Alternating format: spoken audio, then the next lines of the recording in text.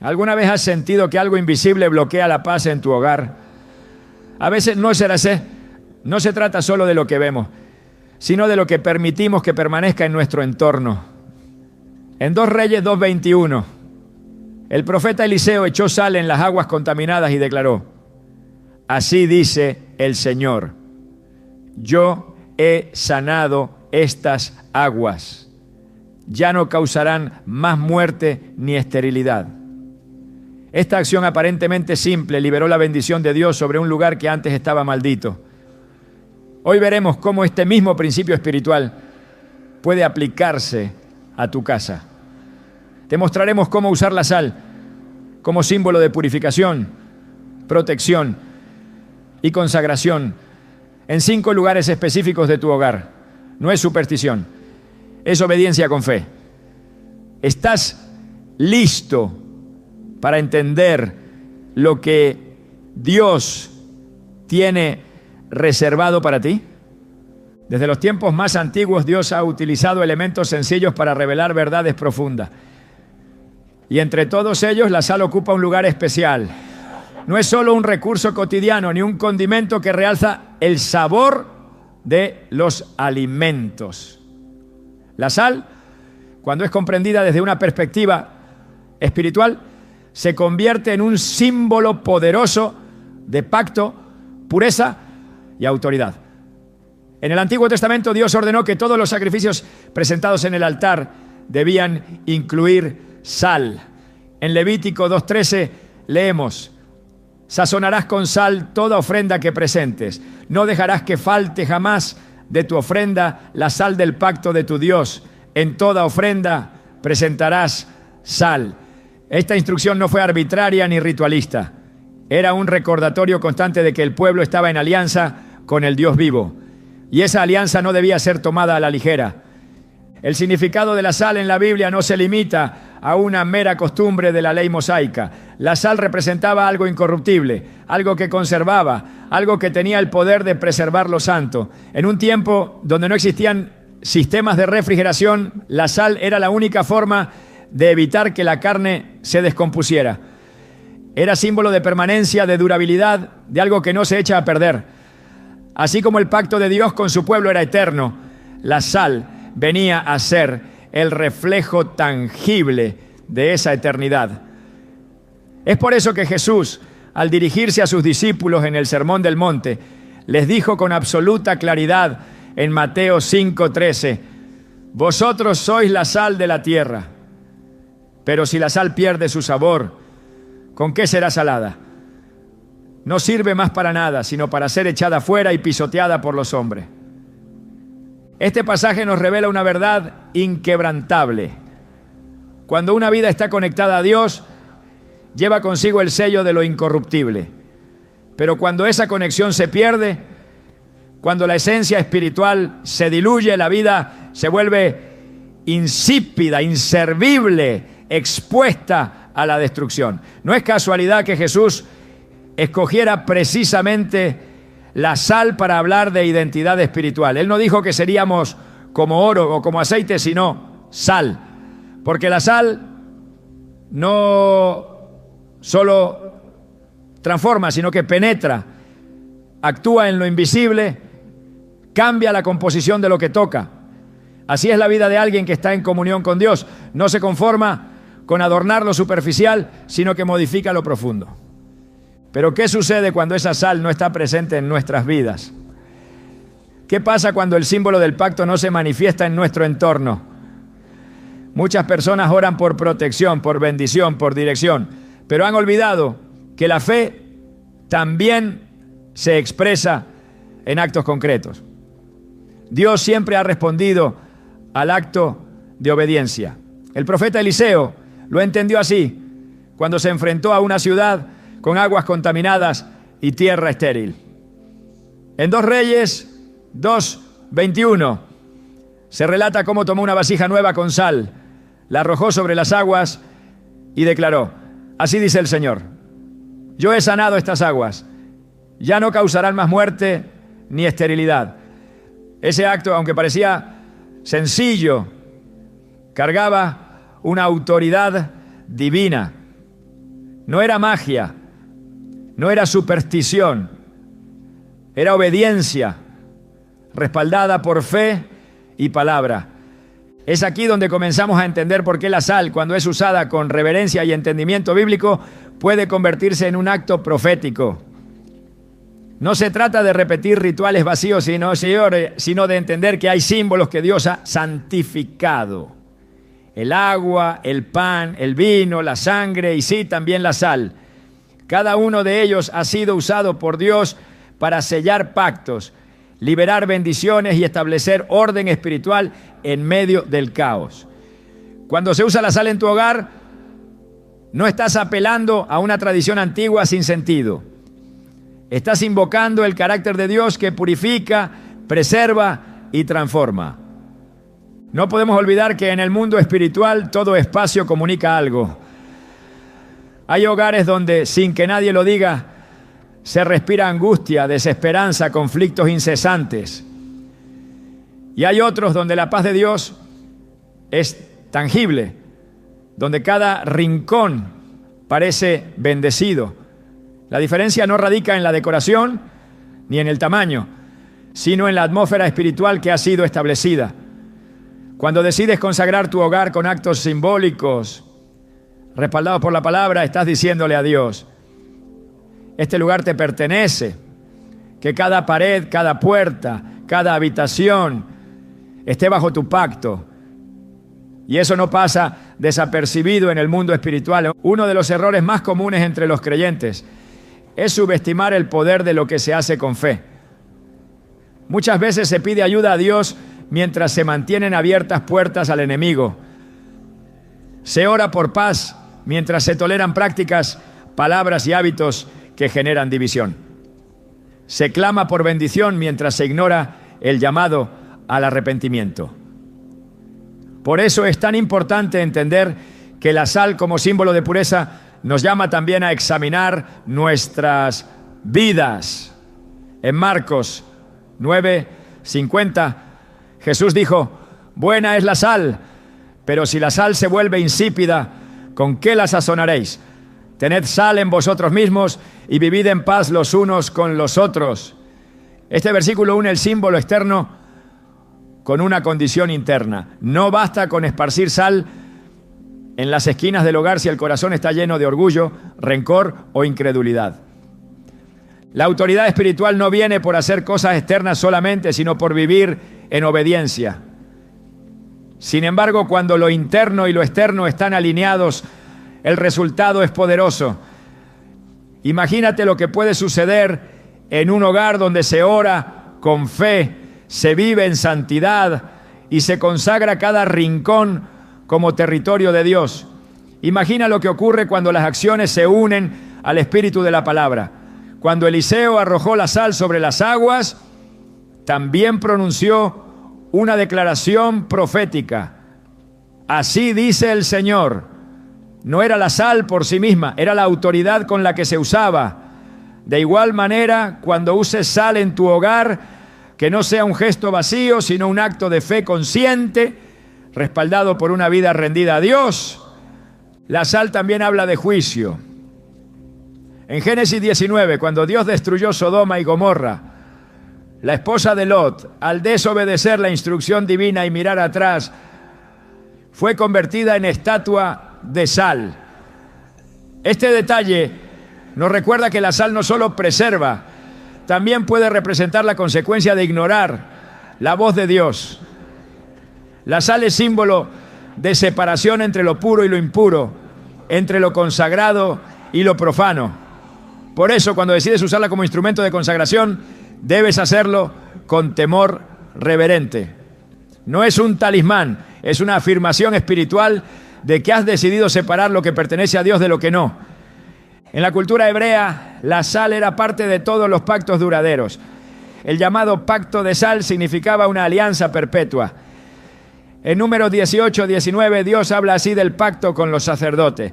Es un pacto de sal perpetuo delante del Señor para ti y para tus descendientes. Este tipo de pacto era irrompible, implicaba fidelidad, lealtad, compromiso eterno. Cuando entiendes esto, comprendes por qué consagrar tu hogar con sal no es algo trivial. Es una forma de declarar que lo que sucede entre esas paredes está bajo el dominio de Dios y que tú has decidido honrar ese pacto con cada palabra, decisión y acto cotidiano. El mismo Jesús, antes de ir a la cruz, habló del fuego y la sal como parte del proceso de purificación que vivirían sus discípulos. En Marcos 9:49 dijo, porque todos serán salados con fuego. Esta declaración enigmática apunta a una verdad profunda. La vida cristiana no está exenta de pruebas, pero esas pruebas, cuando son vividas en el pacto con Dios, no destruyen, sino que purifican. Ser salado con fuego es ser sometido a procesos que sacan lo mejor del espíritu, que eliminan lo que no sirve, que preparan para un propósito mayor. Por eso, cuando un hogar es consagrado con sal, también es una declaración de disposición. Señor, si hay algo aquí que necesita ser transformado, hazlo. Si hay algo que debe ser cortado, quítalo. Si hay algo que debe ser restaurado, actúa con tu poder. Quizás te preguntes si todo esto realmente tiene un efecto. La respuesta es clara. Cuando se hace con fe y obediencia, sí lo tiene. Porque no es la sal la que cambia las cosas, es Dios respondiendo a un corazón que actúa conforme a su palabra. Así como la sangre del cordero en los dinteles protegió a las familias hebreas en Egipto, así también los símbolos consagrados con fe hoy pueden ser señales visibles de una entrega espiritual total. No para manipular a Dios, sino para mostrar que se reconoce su señorío sobre el hogar.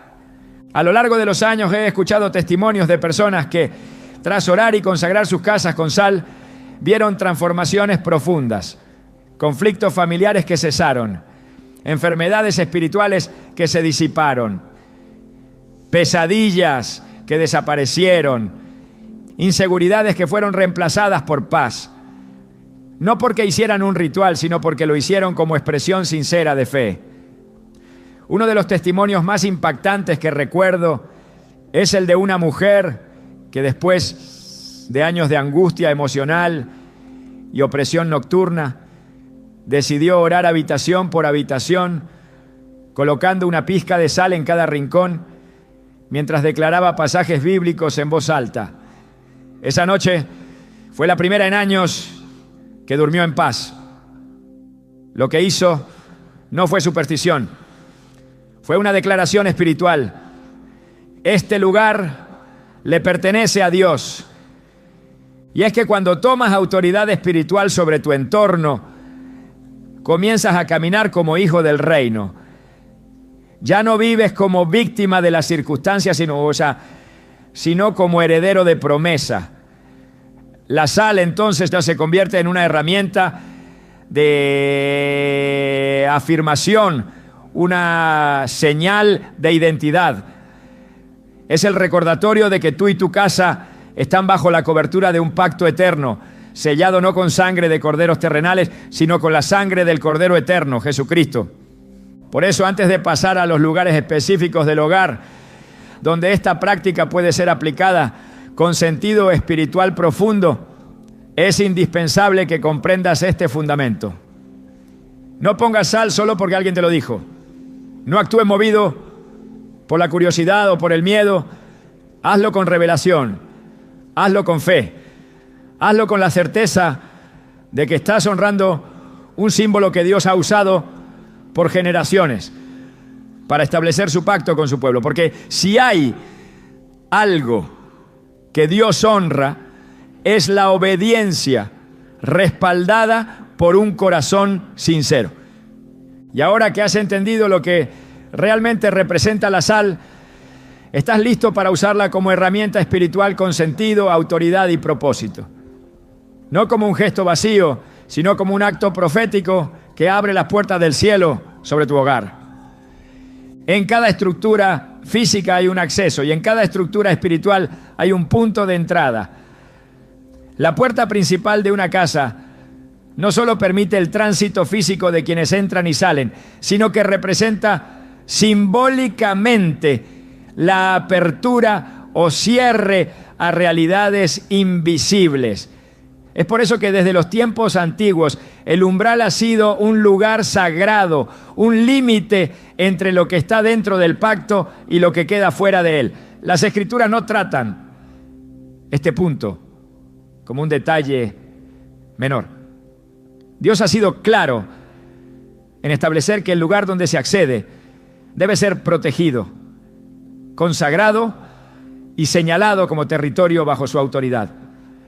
En Éxodo 12 encontramos una de las escenas más poderosas en la historia del pueblo de Dios. Cuando la 10ª plaga iba a caer sobre Egipto, Dios dio instrucciones muy precisas a los israelitas. Debían sacrificar un cordero sin defecto, tomar su sangre y untarla en los postes y el dintel de sus puertas. En el versículo 23 se lee: porque el Señor pasará hiriendo a los egipcios, y cuando vea la sangre en el dintel y en los 2 postes, pasará de largo aquella puerta y no dejará entrar al heridor en vuestras casas para herir.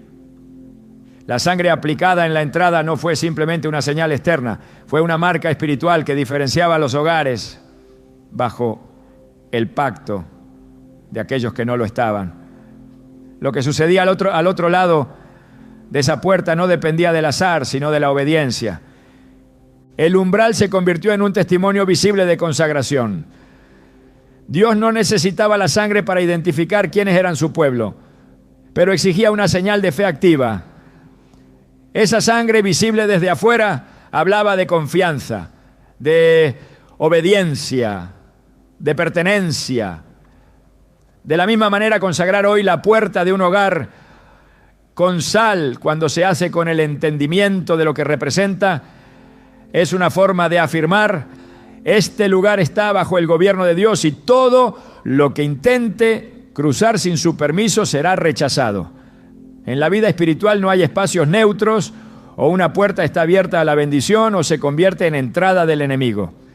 Por eso Jesús dijo en Juan 10:9: yo soy la puerta, el que por mí entrare será salvo, y entrará y saldrá y hallará pastos.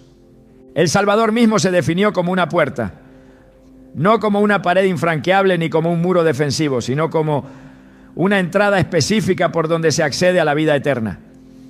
Esto revela que las puertas tienen un valor espiritual profundo. Son el lugar de paso entre una condición y otra. En muchas culturas del mundo antiguo, las puertas eran también el sitio donde se establecían pactos, se discutían juicios y se sentaban los ancianos. Era un lugar de decisiones y de autoridad. No es casual que en Deuteronomio 6:9, al hablar de las palabras del mandamiento, se instruyera al pueblo: y las escribirás en los postes de tu casa y en tus puertas. Porque la puerta no solo debía ser un punto de entrada, sino un recordatorio constante del pacto, de la palabra y del Dios que guardaba a su pueblo. La puerta de tu casa no es solo una estructura de madera o metal, es un umbral que espiritualmente define si hay cobertura o exposición. Por eso, al colocar sal en este lugar, el acto no debe ser mecánico ni supersticioso, sino profundamente consciente. La sal en la puerta representa una declaración espiritual, que lo impuro no puede entrar, que lo profano no tiene lugar, que solo lo que ha sido santificado por Dios tiene acceso a tu hogar. En 2 Crónicas 23:19 se registra que cuando Joás fue establecido como rey y la casa del Señor fue restaurada, se colocaron porteros a las puertas de la casa del Señor para que por ninguna vía entrase nadie inmundo. La puerta era resguardada como símbolo de reverencia, No todos podían cruzarla, solo quienes estaban en condición de santidad. En la dimensión espiritual, el enemigo siempre busca entradas. No puede penetrar donde no hay permiso. Por eso, muchas veces su estrategia no es forzar, sino engañar. Intenta hacerse paso con argumentos sutiles, con legalidades que el mismo ser humano le ha abierto.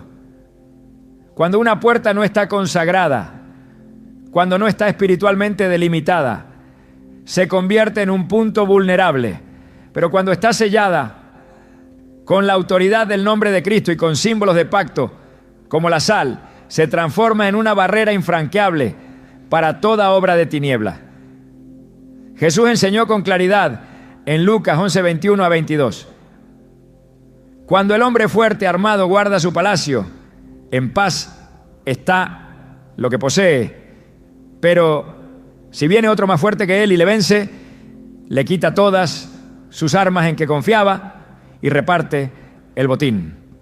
Esta ilustración revela que el que vigila debe estar bien armado, y parte de esa armadura es el entendimiento espiritual de qué se protege y cómo se protege. El acto de colocar sal en la puerta cuando se hace con oración y reverencia no es una costumbre vacía, es un acto simbólico que recuerda el pacto eterno con Dios. Es una forma de decir: esta casa pertenece al reino de los cielos. Aquí no entra maldición, no entra violencia, no entra confusión, porque el Señor es nuestro guardián.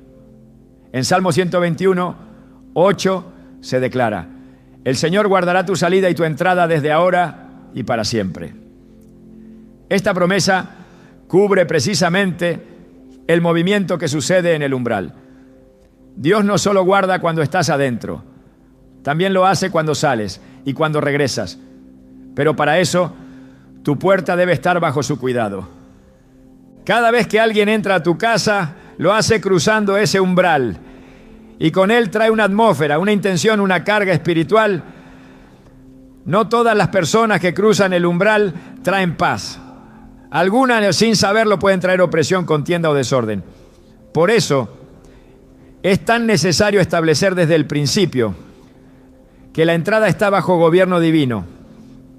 En Isaías 26:2 encontramos una instrucción clara: abrid las puertas y entrará la gente justa, guardadora de verdades. El mensaje es simple pero profundo. No todas las puertas deben abrirse a cualquiera. Hay puertas que se abren solo a lo justo, a lo puro, a lo que refleja la verdad de Dios. El enemigo no necesita una grieta grande para infiltrarse. Basta una omisión espiritual, una negligencia en la consagración. Por eso, todo lo que simbolice entrada debe ser resguardado. En el libro de Nehemías, cuando se reconstruyeron los muros de Jerusalén, se dio atención detallada a cada puerta. La puerta del pescado, la puerta del valle, la puerta vieja. Cada una fue restaurada, consagrada y vigilada. En Nehemías 7:3 se ordenó: no se abran las puertas de Jerusalén hasta que caliente el sol, y mientras estén en sus puestos los que las cierran, se echen cerrojos, se pongan guardias de los moradores de Jerusalén, cada uno en su guardia, y cada uno delante de su casa. Esta medida no era paranoia, era discernimiento. Porque quien entiende el valor de la entrada, protege con celo lo que ha sido confiado. Aplicar sal en la puerta, entonces, es una forma de establecer un cerco espiritual. Así como Job fue rodeado por un cerco de protección divino, tú también puedes declarar esa cobertura sobre tu hogar. En Job 1:10, Satanás mismo admite que no puede tocar a Job porque hay un cerco a su alrededor. ¿Qué protege ese cerco? Lo que ha sido entregado, consagrado, puesto bajo la voluntad de Dios. Tu puerta no es un lugar común, es un altar de paso, es un punto donde se cruzan mundos, el externo y el interno, lo natural y lo espiritual. Por eso debe estar sellada bajo pacto. Cuando el pueblo de Israel entró a la tierra prometida, una de las primeras instrucciones fue establecer señales visibles de la presencia de Dios. En Deuteronomio 11:20 Dios dice: y las escribirás en los postes de tu casa y en tus puertas. La palabra debía estar grabada en el lugar de entrada, porque quien entra debía saber a quién pertenece esa casa. Y quien vive dentro debía recordar constantemente que no estaba solo. La puerta, entonces, es más que una protección física. Es un altar de testimonio. Por ella entran personas, pero también entran atmósferas. Por eso debe hablar con claridad. Aquí gobierna el Señor. La sal, al ser aplicada con oración y entendimiento, se convierte en símbolo de separación, de consagración, de pacto eterno. En Levítico 2:13 el mandato es firme: toda ofrenda deberá estar sazonada con sal. Así como cada ofrenda llevaba sal, también cada entrada a un hogar consagrado puede portar esa misma señal. No para cumplir un ritual, sino para recordar constantemente que lo que ha sido apartado para Dios debe mantenerse puro, vigilado, resguardado con celo santo. Y cuando esa sal se coloca en el umbral, no es un acto decorativo, es una afirmación espiritual. Declara que todo lo que cruce esa puerta será filtrado por el Espíritu de Dios, que la paz será el árbitro de cada visita, que la presencia del Señor será quien determine qué entra y qué no. Porque si Cristo es la puerta, entonces todo lo que traspase tu puerta debe estar alineado con Él. Así se establece orden, se activa la protección, se reafirma el pacto. Quien tiene entendimiento espiritual no deja sus puertas sin consagrar.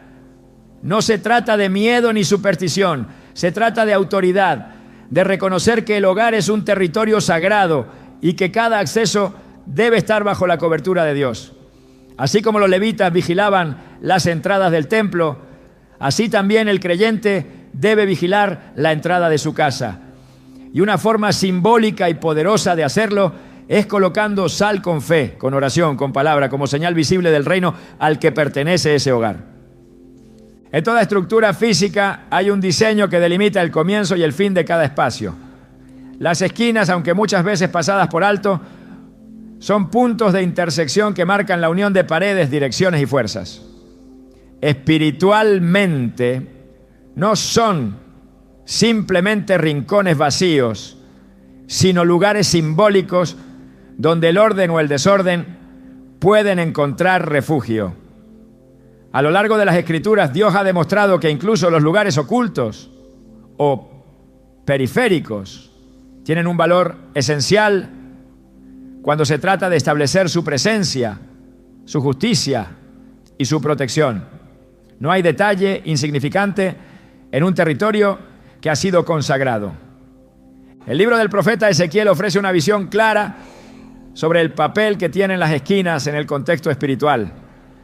Al describir la visión del templo restaurado en Ezequiel 46, 21 a 22, se mencionan las cámaras construidas en las esquinas del atrio, destinadas para cocer los sacrificios del pueblo. Estas cámaras, aunque no eran el centro del templo, cumplían una función sagrada. Estaban al margen del área principal, pero formaban parte de la estructura ordenada por Dios. Esto revela que aún los espacios periféricos tienen un propósito divino cuando se los somete a la voluntad del Altísimo. El hecho de que se colocaran funciones santas en esas esquinas demuestra que nada debe quedar sin cubrir por la presencia de Dios. Las esquinas de una casa, aunque físicamente discretas, representan lugares donde muchas veces se acumula lo que no se ve. En lo natural son espacios donde el polvo se oculta, donde se deposita lo que no se quiere a la vista. En lo espiritual ocurre algo similar. Los rincones pueden convertirse en zonas donde se acumulan residuos de conflicto, recuerdos dolorosos, palabras no sanadas, atmósferas retenidas por el silencio o el olvido. Cuando se permite que estos rincones permanezcan sin la luz de la palabra, pueden convertirse en puntos de acceso o refugio para influencias que no provienen de Dios.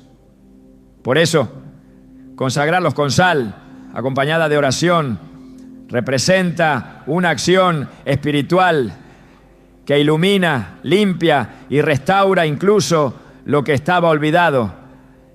El carácter de Dios es claro cuando se trata de su cobertura.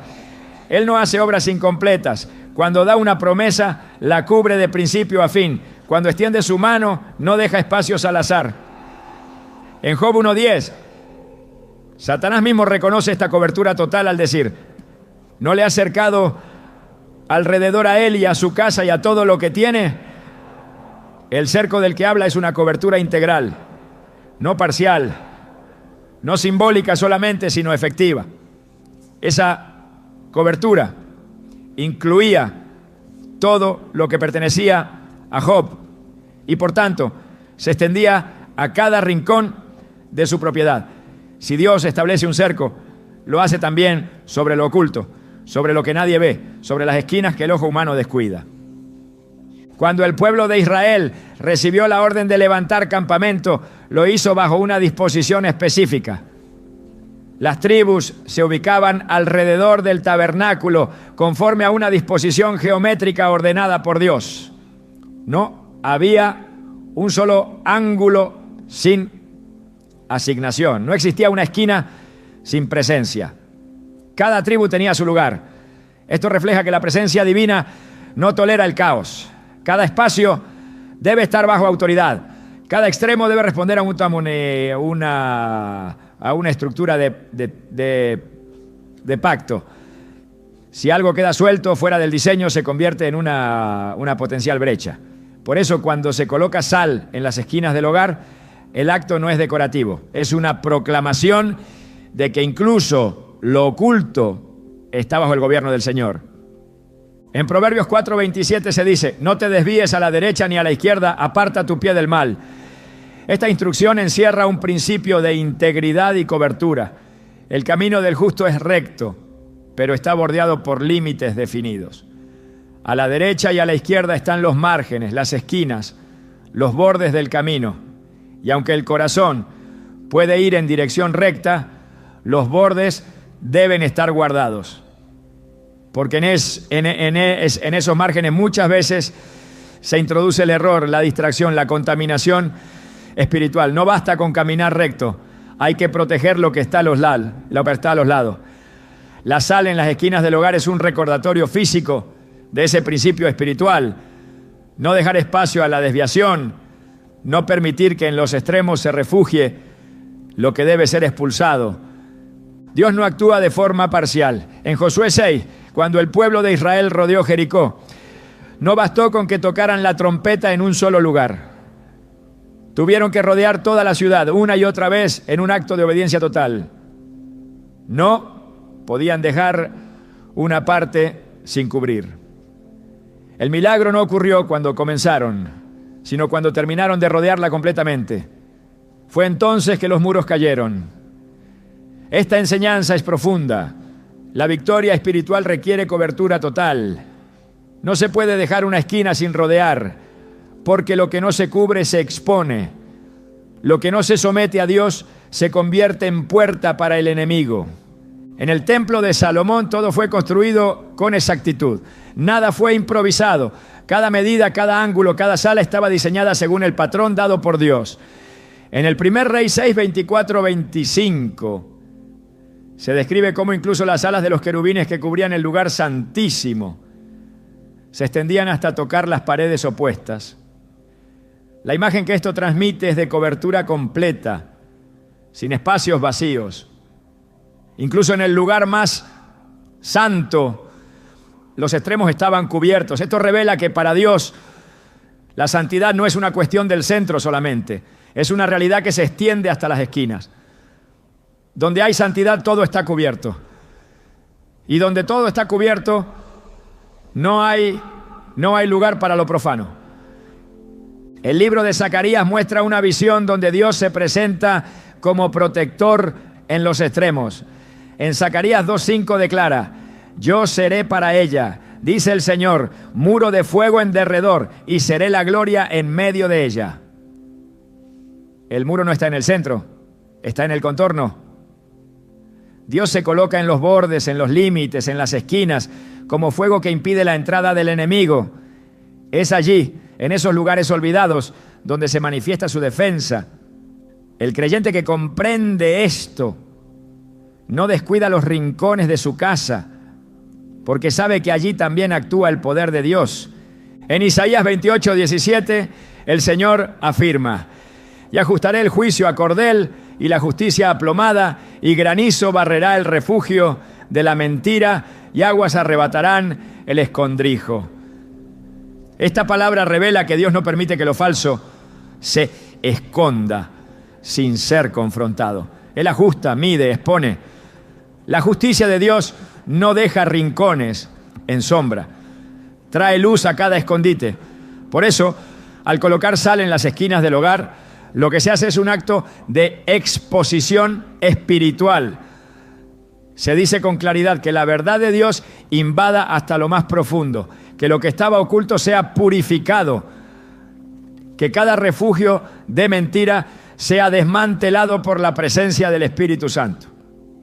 No hay espacio neutral en el reino de Dios. Todo lugar es o dominio de luz o campo de batalla. Por eso las esquinas de una casa no deben ser ignoradas. No importa si son espacios vacíos, si no se utilizan, si parecen inofensivos. En la dimensión espiritual, cada rincón habla. Y si no habla del reino, guarda silencio para lo contrario. La sal es símbolo de pacto, pero también de limpieza. En 2 Reyes 2:21, cuando Eliseo arrojó sal en las aguas contaminadas, no lo hizo en el centro del manantial solamente, lo hizo donde se necesitaba purificación, porque donde hay contaminación, allí debe llegar el símbolo del pacto. Así también, donde hay olvido espiritual debe llegar la consagración. El libro de Apocalipsis describe la Jerusalén celestial como una ciudad perfectamente cuadrada, con 12 puertas, 3 por cada lado, y con cimientos extendidos en las 4 direcciones. Esta imagen no es accidental. Habla de perfección, de cobertura total, de gloria en cada extremo. La ciudad santa no tiene esquinas descuidadas. Cada dirección ha sido considerada, cada ángulo ha sido glorificado. Esa es la imagen de lo que debe representar un hogar bajo el gobierno de Dios. Un lugar donde los ángulos no son olvido, sino adoración. Donde las esquinas no son refugio de lo oculto, sino testimonio de una cobertura sin fisuras. Cuando se consagra cada esquina con sal, no se trata solo de marcar un territorio, sino de cerrar las brechas. El enemigo es astuto, pero su astucia no supera la obediencia de un corazón consagrado. La sal declara que hasta el último rincón está bajo autoridad, y el enemigo no puede tocar lo que ha sido cubierto por la palabra. En 2 Corintios 10, 4-5 se afirma que las armas de nuestra milicia no son carnales, sino poderosas en Dios para la destrucción de fortalezas. No hay fortaleza que pueda resistir una vida completamente entregada, una casa completamente consagrada. Cuando los levitas purificaban el templo, lo hacían hasta en los rincones. En 2 Crónicas 29:16 se dice que sacaron toda la inmundicia que hallaron en el templo del Señor y la llevaron fuera. No se quedaron solo con lo visible, buscaron hasta lo escondido. Esa es la tarea de quien quiere ver su hogar lleno de la gloria de Dios. Limpiar, consagrar, sellar, incluso lo que parece insignificante. Porque cuando lo oculto es iluminado, lo impuro no puede permanecer. Así como Dios lo estableció en el orden del templo, también lo espera en nuestras casas. Un lugar donde cada extremo sea suyo, donde cada esquina hable de su presencia, donde la sal no sea solo un mineral, sino un recordatorio del pacto eterno que no se olvida ni se quiebra. Un pacto que cubre todo, un pacto que no deja brechas. En cada hogar hay un lugar que concentra la vida diaria de la familia. un espacio donde se preparan los alimentos, donde se produce lo necesario para sostener el cuerpo y donde muchas veces, sin notarlo, se refleja también la salud espiritual del hogar. La cocina no es simplemente un espacio funcional, es el corazón de la provisión familiar. Es allí donde se materializa la bendición de Dios sobre el sustento, donde se transforma lo natural en fuerza vital y donde se manifiesta de manera tangible la fidelidad del Padre que provee. Cuando se comprende la profundidad espiritual de este lugar, se entiende por qué debe ser consagrado y por qué la sal, símbolo bíblico de pureza y pacto, tiene un papel fundamental allí. Desde las primeras páginas de la Escritura, Dios se revela como proveedor. En el jardín del Edén, Él mismo plantó árboles y preparó el alimento para Adán y Eva. No los creó en un lugar árido, sino en un espacio lleno de abundancia. Génesis 2:9 lo describe así: y Jehová Dios hizo nacer de la tierra todo árbol delicioso a la vista y bueno para comer. El acto de proveer fue una de las primeras manifestaciones del carácter amoroso y cuidadoso de Dios. Y aunque el pecado trajo consigo el sudor del trabajo, la provisión no fue retirada. El Padre siguió alimentando a su pueblo, mostrándose cercano a las necesidades del cuerpo y del alma. La cocina, en ese sentido, se convierte en el reflejo doméstico de la provisión divina. Allí se prepara lo que Dios ha entregado. Allí se manipulan los frutos del trabajo. Allí se toma lo crudo y se transforma en alimento. Y ese acto cotidiano, cuando se lo vive con conciencia espiritual, se convierte en adoración. Por eso no puede quedar fuera del ámbito de la consagración. Así como se ora por protección en la puerta o por descanso en las habitaciones, también debe consagrarse el lugar donde se activa el sustento. Porque el enemigo no solo ataca el espíritu, también ataca la provisión. Lo hizo en el desierto, cuando tentó a Jesús diciéndole que convirtiera las piedras en pan. Lo hace cada vez que introduce escasez, ansiedad, desorden o ingratitud en la mesa de una familia. En el libro de Primero Reyes 17 se narra la historia de una mujer que en medio de la escasez más severa fue visitada por el profeta Elías. Ella tenía solo un puñado de harina y un poco de aceite, lo suficiente para preparar una última comida. Pero en medio de esa crisis, Dios usó ese acto de cocinar como canal de un milagro. Elías le dijo: hazme a mí primero de ello una pequeña torta cocida debajo de la ceniza y tráemela. Y después harás para ti y para tu hijo. Porque Jehová, Dios de Israel, ha dicho así: la harina de la tinaja no escaseará, ni el aceite de la vasija disminuirá. Primera Reyes 17, 13, 14. Lo que parecía una cocina vacía se convirtió en altar de provisión continua. No por el tamaño de la despensa, sino por la obediencia que transformó ese espacio en un punto de contacto con lo sobrenatural. Esta verdad se repite a lo largo de la Biblia. El milagro de la multiplicación de los panes y los peces, registrado en todos los evangelios, es quizás una de las escenas más contundentes de cómo Dios bendice lo poco y lo convierte en abundancia. Jesús no creó comida de la nada. Tomó lo que había en manos humanas, lo presentó al Padre, lo bendijo y lo entregó. Lo hizo con gratitud. Y la bendición no solo alimentó a miles, sino que sobró 12 canastas llenas después de que todos comieron hasta saciarse. El lugar de ese milagro fue el espacio donde se distribuyó el alimento. Ese espacio representa en cada hogar la cocina. Y así como Jesús tomó lo pequeño y lo multiplicó, el creyente que consagra su cocina puede ver cómo Dios transforma lo limitado en suficiente y lo suficiente en abundancia.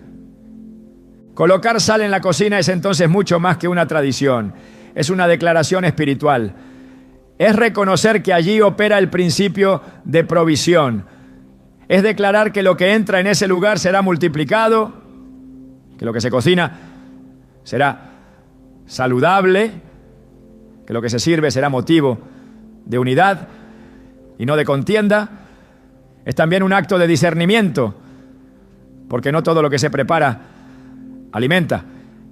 Hay alimentos que nutren el cuerpo, pero contaminan el alma. Hay productos que al ser adquiridos sin oración ni sabiduría traen desorden a la economía del hogar. Por eso, consagrar la cocina también es pedir dirección sobre qué comprar, cómo administrar, cómo bendecir cada ingrediente antes de consumirlo. En Deuteronomio 8:3, Dios recuerda al pueblo que lo sustentó en el desierto con maná, para hacerte saber que no solo de pan vivirá el hombre, mas de todo lo que sale de la boca de Jehová vivirá el hombre. Esta enseñanza es central. El pan físico es importante, pero no es suficiente. Lo que se cocina y se come debe estar atravesado por la palabra. No por una mística ritualista, sino por una conciencia clara de que todo lo que se consume debe ser consagrado, porque lo que se ingiere afecta el cuerpo, y el cuerpo es templo del Espíritu Santo. En 1 Corintios 10:31 se dice: si pues coméis o bebéis o hacéis otra cosa, hacedlo todo para la gloria de Dios. Eso incluye lo que se prepara en la cocina, cómo se prepara y con qué actitud se sirve. La sal en la cocina simboliza también la purificación de lo que no se ve. A menudo el desorden espiritual se manifiesta en el desorden físico. Una cocina donde reina el caos, la suciedad o la negligencia puede ser reflejo de una vida interior sin estructura. No es casual que en la ley levítica los sacerdotes debían mantener en orden todos los utensilios del tabernáculo, incluyendo los que se usaban para preparar las ofrendas. Cada detalle era importante. El fuego debía estar encendido, la leña en su lugar, los instrumentos limpios, porque el acto de preparar alimento era, en ese contexto, una parte del culto. Hoy, aunque no estemos bajo la ley levítica, el principio espiritual permanece. Lo que se hace en la cocina puede ser parte de la adoración, si se lo hace con orden, gratitud y santidad. En 2 Corintios 9:10 se declara: y el que da semilla al que siembra y pan al que come, proveerá y multiplicará vuestra sementera y aumentará los frutos de vuestra justicia. Esta palabra une la provisión material con el fruto espiritual. Dios da semilla y pan, y lo que se siembra también se cosecha. Por eso, lo que se cocina debe reflejar el fruto del Espíritu: amor, gozo, paz, paciencia. No es solo una acción práctica, es una oportunidad para sembrar atmósfera. Un hogar donde la cocina está consagrada se convierte en un espacio donde se produce más que alimento, se produce paz, se produce gratitud, se produce unidad. La sal actúa entonces como señal visible de un espacio invisible que ha sido santificado para glorificar a Dios. El apóstol Pablo instruye en 1 Timoteo 4:4-5, porque todo lo que Dios creó es bueno y nada es de desecharse, si se toma con acción de gracias, porque por la palabra de Dios y por la oración es santificado. Este versículo es clave. Los alimentos, aunque sean lícitos, necesitan ser santificados. No basta con que algo sea comestible. Debe ser recibido con gratitud y consagrado con oración. Por eso, bendecir los alimentos no es una costumbre vacía, es un acto espiritual. Y colocar sal en el lugar donde se manipulan esos alimentos es una forma de afirmar que todo lo que pasa por allí ha sido declarado limpio, útil y puesto al servicio del propósito de Dios. La cocina consagrada también refleja el principio de hospitalidad. En Hebreos 13:12 exhorta: no os olvidéis de la hospitalidad, porque por ella algunos, sin saberlo, hospedaron ángeles. La cocina es el lugar donde se prepara lo que se ofrecerá al visitante, donde se expresa el servicio, la generosidad, el compartir. Un corazón hospitalario se manifiesta en una cocina abierta, en una mesa dispuesta, en una actitud de entrega. La sal, al ser símbolo de pacto, también recuerda que servir a otros es servir a Dios, que lo que se prepara en lo secreto puede tener un impacto eterno, porque en cada plato puede haber una siembra de amor que Dios multiplicará a su tiempo. No es exagerado afirmar que la cocina es un altar doméstico. Allí cada acción puede ser una ofrenda, cada alimento puede ser un símbolo de gratitud, cada preparación puede ser una oración silenciosa. Por eso debe estar cubierta, no como un acto supersticioso, sino como una afirmación de que todo lo que allí sucede está bajo autoridad divina, que ningún espíritu de escasez, ningún temor por el mañana, ninguna ansiedad por el sustento puede operar donde el Señor ha establecido su bendición. El Salmo 37:25 declara: joven fui y he envejecido, y no he visto justo desamparado, ni su descendencia que mendigue pan. Esa promesa se hace real cuando se vive en fidelidad y se declara con acciones concretas que el hogar pertenece a Dios. Colocar sal en la cocina es, en esencia, proclamar que allí reina la abundancia del cielo, que no habrá falta, ni pérdida, ni angustia, que cada alimento será canal de salud, que cada preparación será bendecida, que cada día será sustentado. Y cuando esto se hace con fe, el hogar entero comienza a reflejar la paz de quien confía, no en la alacena, sino en el proveedor eterno. En lo más íntimo de cada hogar hay un espacio destinado al descanso, al retiro, al silencio. Las habitaciones no son solo lugares donde se duerme, son espacios donde el alma busca reposo, donde el cuerpo se rinde después de la jornada y donde muchas veces se libran batallas invisibles. En ese lugar de aparente quietud pueden habitar también pensamientos, memorias, angustias o temores que, si no son puestos bajo la autoridad de Dios, se convierten en puertas abiertas al enemigo. Es por eso que consagrar las habitaciones no es un gesto simbólico, es una declaración espiritual de que incluso en lo secreto el Señor reina. El salmista entendía profundamente la necesidad de confiar en Dios durante la noche. En el Salmo 4:8 escribió: en paz me acostaré y asimismo dormiré, porque solo tú, Jehová, me haces vivir confiado.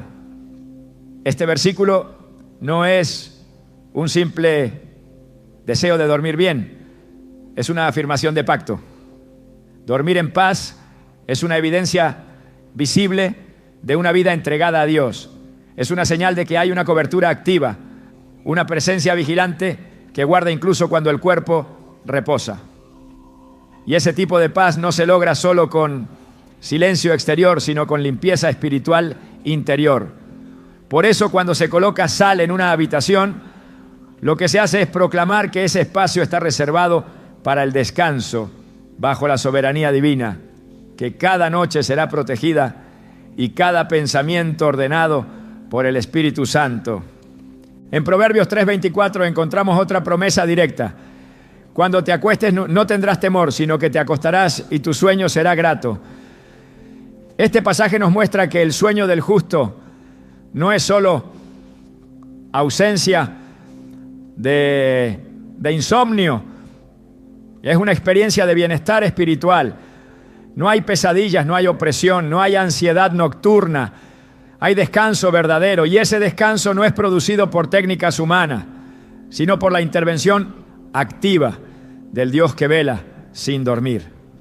En el Salmo 121:4 se afirma: he aquí, no se adormecerá ni dormirá el que guarda a Israel.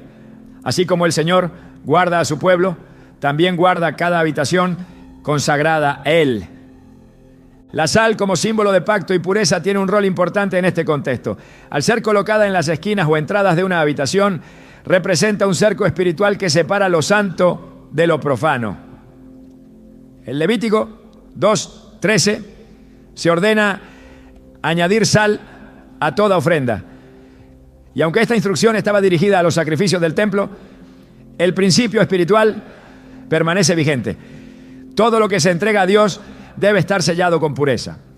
Una habitación donde se descansa, se ora, se lee la palabra, se medita en las promesas de Dios, es un espacio que debe estar espiritualmente limpio. La sal actúa como testimonio visible de esa consagración, no por su composición natural, sino por su significado espiritual. En el Nuevo Testamento Jesús enseñó a sus discípulos que hay batallas que se ganan en lo secreto. En Mateo 6:6 dijo: mas tú cuando ores entra en tu aposento y cerrada la puerta ora a tu Padre que está en secreto. El aposento o habitación se convierte en un lugar de encuentro. Es allí donde la fe se activa lejos de la vista de otros, donde se gesta la comunión que sostiene todo lo visible. Por eso, cuando una habitación es consagrada, también se está santificando un altar de oración, un espacio de revelación, un refugio espiritual. No se trata solo de dormir bien, sino de habitar en la presencia del Altísimo. En Salmos 91:1 se establece un principio eterno. El que habita al abrigo del Altísimo morará bajo la sombra del Omnipotente. Habitar implica permanecer, establecerse, vivir. No es una visita ocasional, es una residencia espiritual. Las habitaciones del creyente deben ser reflejo de ese abrigo. Que cada noche sea descanso en obediencia. Que cada amanecer sea inicio de un día cubierto por la gracia. Que incluso en la noche, donde la oscuridad cubre lo físico, la luz de la presencia de Dios sea evidente. Por eso poner sal en las habitaciones es más que un acto externo, es un acto profético. Es declarar que la paz no será interrumpida, que el descanso será restaurador, que los sueños estarán alineados con el Espíritu Santo. Es proclamar que no hay lugar para la opresión ni la ansiedad, porque donde está el Señor, allí hay libertad. En el centro espiritual de cada hogar consagrado debe existir un lugar donde se honra al Señor, donde la voz de la familia se une para buscar su rostro, donde se levantan oraciones, se abren las Escrituras y se invoca el nombre que está sobre todo nombre. Ese lugar, aunque sencillo en apariencia, representa el altar familiar, el espacio que Dios espera ver encendido cada día con la llama de la devoción. No importa si es una mesa, una esquina especial o un rincón apartado. Lo que lo santifica no es el mobiliario, sino la intención del corazón que lo sostiene.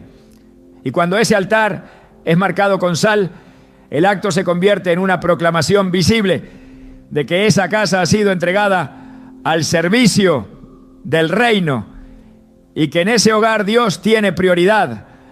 Desde tiempos antiguos los altares fueron lugares de encuentro, de pacto, de sacrificio y comunión. No eran solo estructuras de piedra, eran puntos de contacto entre el cielo y la tierra. En Génesis 8:20, Noé, al salir del arca, edificó un altar al Señor y ofreció holocausto.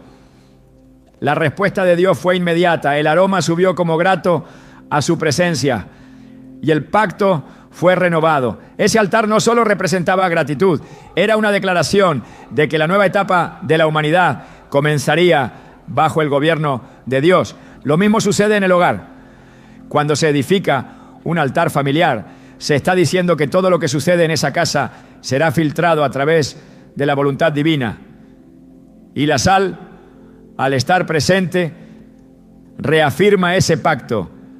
recordando que el fuego que allí se enciende debe ser santo, puro y permanente. En el libro de Levítico, Dios establece que toda ofrenda debe estar sazonada con sal. Levítico 2:13 dice: y sazonarás con sal toda ofrenda que presentes. No dejarás que falte jamás de tu ofrenda la sal del pacto de tu Dios. La sal del pacto no era un detalle decorativo, era una señal visible de la alianza eterna entre Dios y su pueblo. Era un recordatorio de que lo ofrecido debía estar consagrado. En el altar familiar ocurre lo mismo. Cada oración, cada lectura bíblica, cada momento de adoración, cuando se realiza desde un corazón sincero y bajo cobertura divina, lleva el sello del pacto eterno. Por eso colocar sal en ese lugar no es una práctica vacía, es una señal de obediencia consciente. El altar también es el lugar donde se renueva la fe. En 1 Reyes 18, cuando el profeta Elías confrontó a los profetas de Baal, la Escritura dice que antes de clamar a Dios, restauró el altar de Jehová, que estaba arruinado. Solo después de eso, descendió el fuego. El poder no vino por el ruido, ni por la insistencia, sino por la restauración del lugar sagrado. En muchos hogares, el altar ha sido abandonado, reemplazado por el ruido del mundo o la rutina vacía. Pero Dios sigue buscando lugares donde su presencia sea bienvenida, donde su palabra sea entronada, donde el ambiente esté saturado de adoración. Y cuando ese altar es marcado con sal, se activa un principio: lo que está bajo pacto no puede ser tocado por el enemigo. En el Nuevo Testamento Jesús enseñó que donde 2 o 3 se reúnen en su nombre, allí está Él en medio de ellos. Esa promesa no depende de un templo, depende de un acuerdo. El altar familiar es ese punto de acuerdo, donde la familia decide no vivir conforme a las circunstancias, sino conforme a la palabra. Es allí donde se intercede por los hijos, se declara la bendición sobre las finanzas, se pide dirección para cada decisión. Y la sal colocada en ese lugar actúa como una señal visible de separación, como una barrera contra toda interferencia espiritual que quiera apagar la llama de la fe. Una casa puede tener muchas habitaciones, pero si no hay un altar, le falta dirección. Puede haber provisión, descanso, protección en las entradas, pero sin altar no hay gobierno espiritual. Por eso el altar no es un accesorio devocional, es el corazón del hogar. Y cuando ese corazón late bajo el fuego del Espíritu y el sello del pacto, entonces todo el hogar se alinea con el cielo. Porque donde hay altar hay presencia, donde hay sal hay pureza, y donde hay pacto hay victoria. El acto de colocar sal en tu hogar no es un simple gesto simbólico, es un testimonio silencioso que declara que el ordinario ha sido tocado por lo eterno. Porque cuando el reino de Dios invade una casa, cada objeto, cada espacio y cada gesto cobran un nuevo sentido. No es la sal lo que transforma, sino la fe que la acompaña. No es el ritual lo que abre los cielos, sino la obediencia a una verdad que trasciende lo físico.